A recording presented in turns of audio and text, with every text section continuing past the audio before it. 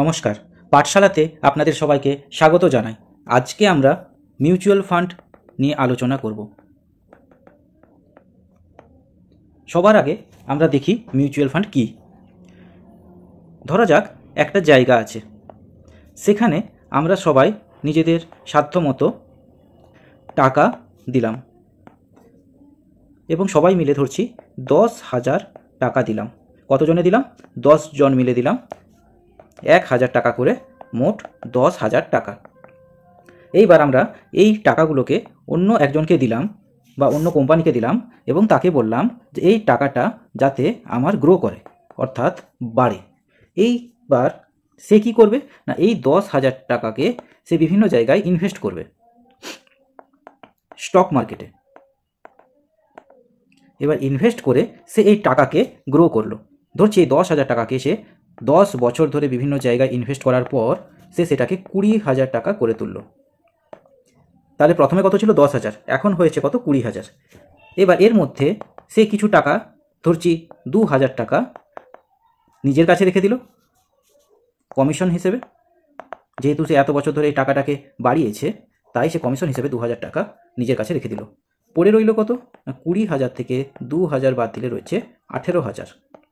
এবার সেই 18,000 টাকা এদের মধ্যে ভাগ করে দেবে। তাহলে তারা এক একজন কত করে দিয়েছিল? 1,000 টাকা করে, কিন্তু পাচ্ছে কত করে? 1,800 টাকা করে। অর্থাৎ তাদের এই 10 বছরে 1,000 টাকা থেকে প্রফিট হলো কত? 800 টাকা। এই হলো মিউচুয়াল ফান্ডের সোজাসাপটা হিসেব। আমরা যে কোনো একটা কোম্পানিকে, এএমসি কোম্পানি বা অ্যাসেট ম্যানেজমেন্ট কোম্পানি, এদের হাতে আমরা একসাথে কিংবা মাসে মাসে কিছু পরিমাণ টাকা তুলে দেব এবং তারা সেই টাকাকে বিভিন্ন জায়গায় ইনভেস্ট করে হাই রিটার্ন করবে। মানে সেই টাকাকে বা ক্যাপিটালকে তারা গ্রো করবে। এবং সেই ক্যাপিটাল গ্রো হওয়া মানে কি? আমরা যারা যারা ইনভেস্ট করেছি সেই ফান্ডে, তাদের ক্যাপিটালও গ্রো করবে। এইভাবেই আমাদের প্রফিট হয়।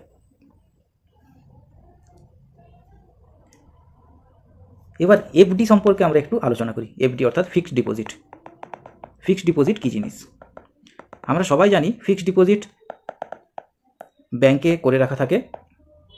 আমরা আমাদের ব্যাংকের খাতায় কিছু পরিমাণ টাকা বা অনেকটা টাকা জমা করি এবং ব্যাংক সেটাকে বিভিন্ন কাজে লাগায়। কখনো লেন্ড দেয়, অর্থাৎ কখনো কাউকে ধার দিল বা লোন দিল, কখনো ইনভেস্ট করলো।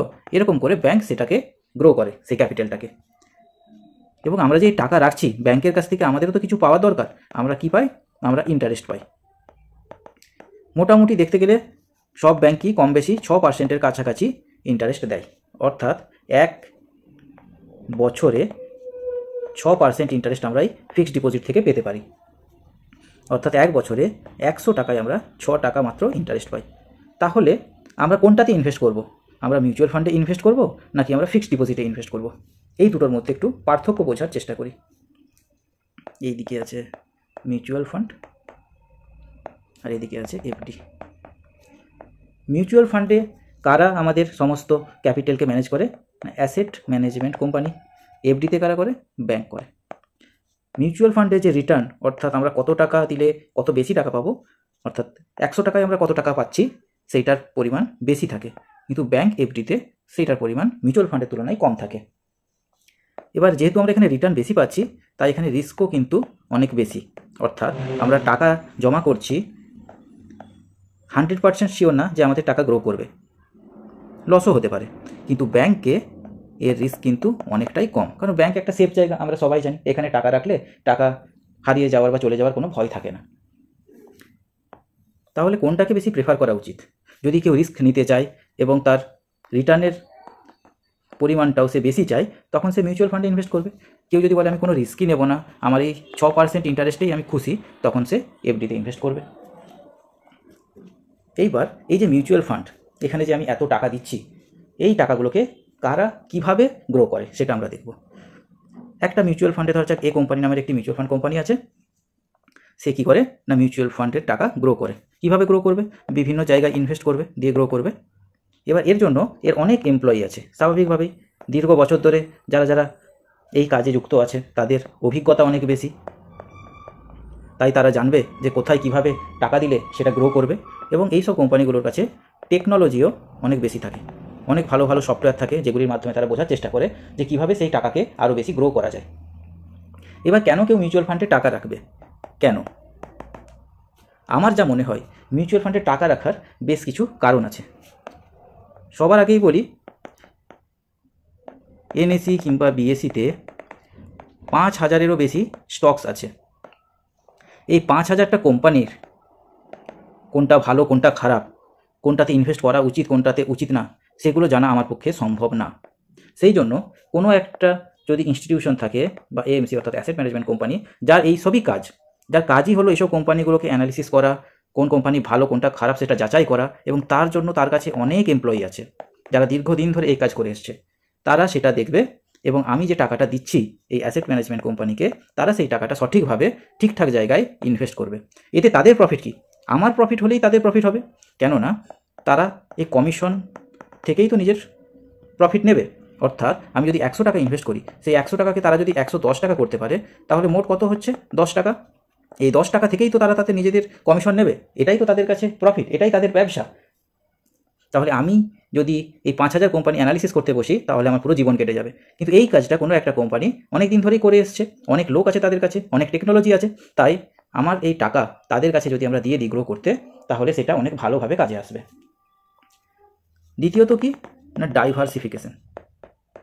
মানে কি, যে আমি ধরলাম একটা সেক্টরে টাকা লাগালাম, ধরা যাক অটোমোবাইল সেক্টরে টাকা লাগালাম।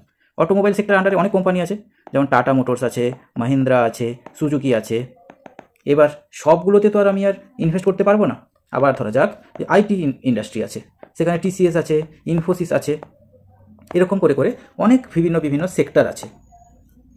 এই অ্যাসেট ম্যানেজমেন্ট কোম্পানি অর্থাৎ যাদেরকে আমরা মিউচুয়াল ফান্ডের টাকা দিই, তারা কি করে, বিভিন্ন সেক্টরে তারা তাদের টাকা লাগায়। অর্থাৎ আজকে যদি গাড়ি বিক্রি বন্ধ হয়ে যায় বা অটোমোবাইল ইন্ডাস্ট্রি বন্ধ হয়ে যায়, তখন আরও বাকি যে সমস্ত ইন্ডাস্ট্রি আছে, যেমন আইটি ইন্ডাস্ট্রি, ফুড ইন্ডাস্ট্রি, সব ইন্ডাস্ট্রিতে এরা টাকা লাগিয়ে রেখেছে। তার ফলে একটা ইন্ডাস্ট্রি যদি ডাউনও হয়ে যায়, বাকি ইন্ডাস্ট্রিগুলো যেহেতু গ্রো করছে, সেহেতু সেখান থেকে টাকাটা ডাইভার্স সেক্টরে ছড়িয়ে যাচ্ছে। তাই আমার পুরো টাকাটা কোনো একটা সেক্টরের উপর ডিপেন্ড করে কমবে না বা বাড়বে না। বিভিন্ন সেক্টর আছে, যার ফলে একটা স্টেডি গ্রোথ আমার ক্যাপিটালের আমরা দেখতে পাবো। বোঝা গেল কি বলার চেষ্টা করছি? এরপরে কি আছে না, মিউচুয়াল ফান্ড করতে গেলে কত টাকা লাগে। আমরা 100 টাকা থেকে শুরু করে হাজার হাজার টাকা অবধি মিউচুয়াল ফান্ডে দিতে পারি। মিনিমাম ক্যাপিটাল রিকোয়ারমেন্ট হচ্ছে 100 টাকা। এবার আমরা কি দেখব না, কত রকমের মিউচুয়াল ফান্ড হয়। মিউচুয়াল ফান্ড সাধারণত 5 রকমের হয়ে থাকে। একটা হচ্ছে equity mutual fund. Equity mutual fund মানে কি না, যে সমস্ত মিউচুয়াল ফান্ড কোম্পানিগুলো তাদের টাকা ইকুইটিতে লাগায়। অর্থাৎ ইকুইটি মানে কি আমরা জানি, আগেই জেনে এসেছি, শেয়ার। অর্থাৎ কোনো কোম্পানির শেয়ার কিনে রেখে দেয়। কোম্পানি যখন গ্রো করবে তখন তার শেয়ার প্রাইসও গ্রো করবে, আর শেয়ার প্রাইস গ্রো করলে আমাদের যে ক্যাপিটাল ইনভেস্ট করা আছে সেই কোম্পানিতে, সেটাও গ্রো করবে, যার ফলে এখান থেকে একটা ভালো পরিমাণে রিটার্ন পাওয়া যায়। এই ইকুইটিতে ইনভেস্ট করা অনেকটাই রিস্কি, যার জন্য এর গ্রোথও কিন্তু অনেক বেশি, অর্থাৎ এর রিটার্নও অনেক বেশি। অন্যান্য জায়গায় যদি 100 টাকায় আমরা 6 টাকা বছরে রিটার্ন পাই, এখানে দেখা যাবে কখনো কখনো 100 টাকায় 15 টাকা, 20 টাকা কিংবা 30 টাকা এরকম রিটার্ন পাচ্ছি। অর্থাৎ এর রিটার্ন কিন্তু অন্যান্যদের তুলনায় অনেক বেশি। আর কি মিউচুয়াল ফান্ড আছে না, ডেট মিউচুয়াল ফান্ড। এই সমস্ত ক্ষেত্রে কি হয় না, ওই অ্যাসেট ম্যানেজমেন্ট কোম্পানি যাদেরকে আমরা মিউচুয়াল ফান্ডের টাকা দিই, তারা আমাদের টাকাটা লোন দেয় বা ডেট দেয়, এবং সেখান থেকে যে ইন্টারেস্ট পায়, সেই ইন্টারেস্ট থেকে আমাদের ক্যাপিটাল গ্রো করে। বোঝা গেল তাহলে ডেট মিউচুয়াল ফান্ড কি। এবার আছে হাইব্রিড মিউচুয়াল ফান্ড। এবার হাইব্রিডটা কি? হাইব্রিড কিছুই না, ইকুইটি এবং এই ডেট মিউচুয়াল ফান্ডের একটা সংমিশ্রণ। Hybrid mutual fund equity mutual ফান্ডের থেকে কম রিস্কি, কিন্তু এই ডেট মিউচুয়াল ফান্ডের থেকে বেশি রিস্কি। এই হাইব্রিড মিউচুয়াল ফান্ডের রিটার্ন ইকুইটি মিউচুয়াল ফান্ডের রিটার্নের থেকে কম, এবং ডেট যে মিউচুয়াল ফান্ড আছে তার থেকে বেশি। এরপর কী রকমের মিউচুয়াল ফান্ড আছে না, solution oriented fund. Solution oriented fund, এই সলিউশন ওরিয়েন্টেড ফান্ড বুঝতে গেলে আমাদেরকে এই সলিউশন সম্পর্কে দেখতে হবে। কী সে সলিউশন? কোনো প্রবলেম আছে তবেই না সলিউশন। অর্থাৎ কী প্রবলেম? ধরো যাক আমার আজকে একটা বাচ্চা হলো, সেই বাচ্চা বড় হয়ে তার এডুকেশনের খরচ আছে, কোথায় ভর্তি হবে কিংবা কী পরীক্ষার জন্য প্রিপারেশন নেবে, সেই পরীক্ষার প্রিপারেশন নিতে গেলে যা যা খরচ আছে, একটা বাচ্চার একদম ছোটো থেকে বড় অবধি তার এডুকেশনের যা খরচ, সেই ভেবে একটা ফান্ড ক্রিয়েট করা হলো, যেখানে আমি মাসে মাসে কিছু পরিমাণ করে টাকা দেবো, এবং সেই বাচ্চার এডুকেশনের সময় সেই টাকা আমরা রিটার্ন পাবো, এবং সেই টাকা আমরা আমাদের বাচ্চাদের এডুকেশনের জন্য ব্যবহার করব। আর কি রকমের আছে না রিটায়ারমেন্ট। আমি এখন বয়স কম আমার, আমি চাকরি করছি, কিন্তু সারা জীবন তো আমি চাকরি করতে পারবো না। 60 বছর পর আমার রিটায়ারমেন্ট হবে, তখন আমি কি করব? তখন তো আমার টাকার প্রয়োজন, ওষুধ কেনা, ডাক্তার দেখানো, তখন এইসবের খরচ তো অনেকটাই বেশি। তো এই রিটায়ারমেন্টের জন্য আমরা আগে থেকে যখন চাকরি করছি কিছু কিছু টাকা যদি এই ফান্ডে ইনভেস্ট করে রাখি, তাহলে রিটায়ারমেন্টের পর আমরা অনেকটা টাকা পাবো এবং সেই টাকা আমরা আমাদের রিটায়ারমেন্টের পরের যে জীবন সেখানে ব্যবহার করব। এরপর আছে আদার ফান্ড। আদার ফান্ডের মধ্যেও আবার দুই ভাগ আছে, একটা হচ্ছে ফান্ড অফ ফান্ড আর একটা হচ্ছে ETF, exchange traded fund. Fund of fund মানে কি, ধরা যাক আমি এ কোম্পানিতে মিউচুয়াল ফান্ড করেছি, এ কোম্পানি কী করলো, অন্য আরেকটা মিউচুয়াল ফান্ড কোম্পানি আছে বি, সেখানে ইনভেস্ট করলো। এবার সেই বি মিউচুয়াল ফান্ড কোম্পানি অন্যান্য জায়গায় ইনভেস্ট করলো। এর ফলে কি হয় না, আমাদের যে ডাইভার্সিফিকেশন সেটা অনেক বেশি হয়। অর্থাৎ বিভিন্ন সেক্টরে বিভিন্ন জায়গায় আমাদের টাকা ইনভেস্ট থাকে। কোনো একটা সেক্টর যদি ডুবেও যায় তখন বাকি সেক্টরগুলো তো আমাকে রিটার্ন দিচ্ছে, তার ফলে আমাদের পুরো যে পুরো ক্যাপিটালটা আমাদের কিন্তু নষ্ট হবে না। সামান্য কিছু অংশ তার লসে চলবে, কিন্তু বাকিগুলো যেহেতু প্রফিট করছে তাই আমাদের ওভারঅল প্রফিটই হবে। তাহলে বোঝা গেল ফান্ড অফ ফান্ড কি। আরেকটা আছে এক্সচেঞ্জ ট্রেডেড ফান্ড, এটা নিয়ে আমরা পরের ভিডিওতে আলোচনা করব। এবার আসি আমাদের কোন মিউচুয়াল ফান্ডটা নেওয়া উচিত। আমাদের কোন মিউচুয়াল ফান্ড নেওয়া উচিত সেটা জানতে হলে কিছু জিনিস আমাদের মাথায় রাখতে হবে। কি না, আমরা মিউচুয়াল ফান্ডটা নিচ্ছি রিটার্ন পাওয়ার জন্য, তাই যার পার্সেন্ট অফ রিটার্ন যত বেশি হবে আমাদেরকে সেই মিউচুয়াল ফান্ডটাই প্রেফার করা উচিত। তার সাথে দেখতে হবে রিস্ক কতটা। দেখলাম কোনো মিউচুয়াল ফান্ডের রিটার্ন 70%, কিন্তু তার রিস্কও যদি থাকে 90%, অর্থাৎ আমরা টাকা নাও পেতে পারি, পুরো টাকাটা হারিয়েও দিতে পারি, সেই সব ফান্ডকে আমাদের অ্যাভয়েড করা উচিত। এমন আমাদের ফান্ড দেখতে হবে যার রিস্ক কম কিন্তু রিটার্ন বেশি, এরকম ফান্ড দেখে আমাদেরকে ইনভেস্ট করতে হবে। এবার আমরা উদাহরণের মাধ্যমে বোঝার চেষ্টা করব যে কিভাবে আমরা মিউচুয়াল ফান্ডের মাধ্যমে নিজেদের টাকা গ্রো করতে পারি। এইখানেতে আমরা দেখতে পাচ্ছি এই grow Nifty total market index ফান্ডের 1 ইয়ার রিটার্ন কত, 27%, মানে 100 টাকায় 1 বছরে 27 টাকা রিটার্ন পেয়েছে। তাহলে এইটাকে যদি আমরা ক্যালকুলেটারের মাধ্যমে দেখি, তাহলে যদি আমরা 5 লাখ টাকা এক সময় ইনভেস্ট করে থাকি এই 27% রিটার্ন রেটে, এবং সেটা যদি 20 বছরের জন্য ইনভেস্ট করা থাকে, তাহলে আমরা টোটাল ইনভেস্ট কত করছি, 5 লাখ টাকা। রিটার্ন কত পাচ্ছি না, 5,90,72,308 টাকা, যেটা কিন্তু অনেকটাই বেশি। তাহলে আমাদের এই 5 লাখ টাকা 20 বছর পর কত হচ্ছে, 5,95,72,308 টাকা। এটা 27% রিটার্ন। এটা যদি আমি এফডিতে রিটার্ন মানে এফডিতে আমি যদি টাকাটা ইনভেস্ট করতাম তাহলে কত পার্সেন্টেজ পেতাম, বছরে 6%। এখানে কত পাচ্ছি, 27%। এবার আমরা যদি আরও রিস্ক নেব বলে ঠিক করি, অর্থাৎ আমরা যদি বলি যে আমাদের রিটার্ন রেটও বেশি হবে এবং তার সঙ্গে আমরা রিস্কও বেশি নেব, যে ভেরি হাই রিস্ক, অর্থাৎ রিস্ক বেশি এবং রিটার্নও বেশি, এর ক্ষেত্রে কত রিটার্ন পাচ্ছি, 44%। অর্থাৎ 1 বছরে আমরা 100 টাকায় 44 টাকা রিটার্ন পাচ্ছি।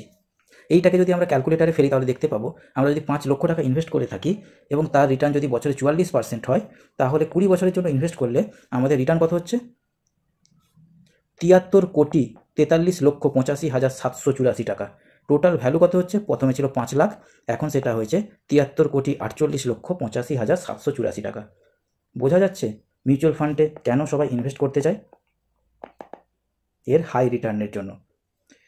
আজকের ভিডিও এখানেই শেষ করছি। ভিডিওটি যদি ভালো লেগে থাকে তাহলে অবশ্যই লাইক করবেন। যদি কোনো প্রশ্ন থেকে থাকে তাহলে কমেন্ট করে জানাবেন, আমি পরবর্তী ভিডিওতে আপনাদের সমস্ত প্রশ্নের উত্তর দিয়ে দেবো। চ্যানেলটি যদি ভালো লেগে থাকে তাহলে সাবস্ক্রাইব করবেন এবং আপনার বন্ধুদের সাথে শেয়ার করবেন। আমি এখানে কোন মিউচুয়াল ফান্ড ভালো, কোনটা খারাপ, কোনটা রিটার্ন বেশি, কোনটা রিটার্ন খারাপ, এইসব ব্যাপারে কোনো রেকমেন্ড করছি না। আমি শুধুমাত্র আপনাদের বোঝানোর জন্য এই ভিডিওটা বানিয়েছি। নমস্কার, ভালো থাকবেন সবাই।